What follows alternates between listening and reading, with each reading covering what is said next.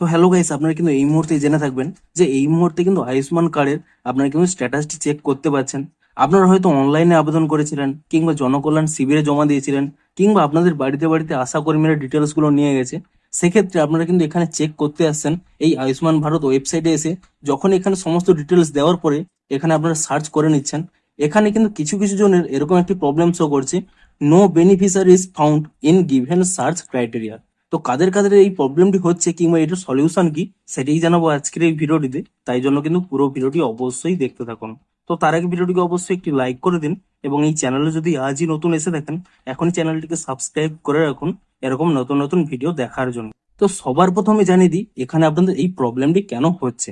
দেখুন, আপনাদের এই প্রবলেমটি কেন হচ্ছে, কারণ এখনো পর্যন্ত আপনাদের ডিটেলস এখানে কিন্তু তারা কিন্তু অফিসাররা অনলাইনে কিন্তু আপলোড করেনি, তাই জন্যই কিন্তু এখানে এই প্রবলেমটি হচ্ছে।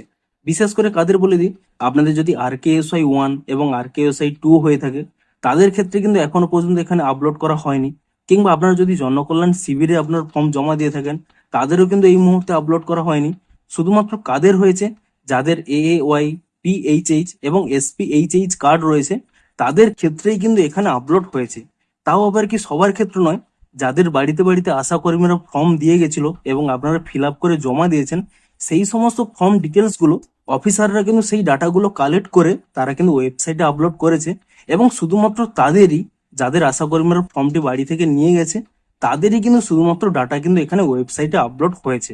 এবং তারা কিন্তু এই মুহূর্তে যে এখানে ডিটেলস গুলো দেওয়ার মাধ্যমে তারা কিন্তু তাদের স্ট্যাটাস গুলো কিন্তু চেক করতে পারছেন। এবারে আপনারা যদি অন্য ক্যাটাগরির হয়ে থাকেন কিংবা এই সেন্ট্রাল গভর্নমেন্টের রেশন কার্ড থাকা সত্ত্বেও আপনারা হয়তো কোনো ফর্ম বাড়িতে আসেনি, আপনারা সিম্পলি কি করবেন, আপনারা কিন্তু কিছুদিন ওয়েট করে যান, কিংবা আপনারা ICDS কর্মীর সাথে যোগাযোগ করুন যে আপনাদের কাছে সেই ফর্মটি কবে আসবে।